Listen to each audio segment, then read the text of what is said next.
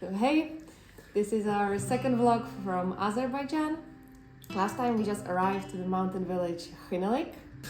Xinalig is a really cool village. It sits at an elevation of 2,000 something meters in the highlands of Azerbaijan's Caucasus Mountains. And what's cool about it is that the locals there speak their own language. It belongs to a family of Caucasian languages, but it's pretty unique. And it only has around 3,000 speakers. It's only spoken in Xinalig and two of its neighboring villages. We stayed in a homestay there with a pretty nice family. The next day we wanted to visit a local fire temple, but we found out that it's in a border zone where you're not allowed to go. So we actually tried to walk around the checkpoint and get there anyway, but the trail was bad and the weather was bad, so we didn't reach. So then we walked higher towards the mountains, and of course the nature there is actually really beautiful. Yeah, the landscape there is gorgeous. It's very green. It's kind of like a shepherd's dream. And the mountains are decently big out there. They're relatively prominent. And a lot of the peaks were still covered in snow. So the next day we left Xinalig and we had to go back to Baku because it's the only way. There are no roads crossing the mountains, which is really annoying. So we spent the whole day in buses arguing with drivers, which is the worst sort of people, especially in Azerbaijan. Yeah, but that's pretty universal. But it's worse in Azerbaijan, I think. Yeah, they're all out there to scam you. So after that we got to Sheki. Yeah, in northern Azer. It was a major stop on the Silk Road. It has a historic old town that has a number of cool mosques and palaces that the local Khans or kings used to live in.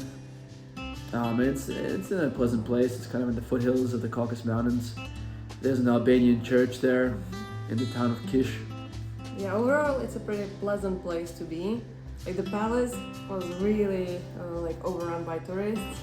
Surprisingly. Yeah. There are not that many tourists in Azerbaijan, but they're all here in Sheki at the palace. And then after Sheki, we went to Ganja. Because he really likes the name. Yeah, I fell in love with the name, but yeah, there's no Ganja to be found there. There's a pretty nice mosque though that we visited with the mausoleum of some major Shia imam. Yeah, that was pretty interesting because you have the mausoleum inside of the mosque. I've never seen that before. Pretty cool. Other than that, there really isn't much to see in Ganja, and we mainly just used it as a base to get to Naftalan. Yeah, we decided to go to Ganja first and just do a day trip to Naftalan, which was not ideal. It felt kind of in a hurry, but it was pretty interesting. There's some special kind of natural oil that's supposed to have a healing effect, especially for skin and joints. So what people do there is they go and stay in these sanatoriums, which are all-inclusive resorts. It's not expensive. So the main appeal of that place is bathing or taking 10-minute long baths in crude oil. I mean, it's not just the same kind of oil that gets refined into petroleum, and it's only sourced there in the town of Naftalan. Anyway, it's a pretty interesting place. If you come to Azerbaijan, I recommend visiting, but for longer than just the 10 minutes for a bath. So now we're gonna head to the border with Georgia. We heard mixed information about it. Yeah. Some people are saying that you can cross it on the way out. Some people are saying that you can't. So You said it was fully closed. Others said it was open one way. So we'll see. Wish us luck. Bye. See what happens. Cheers.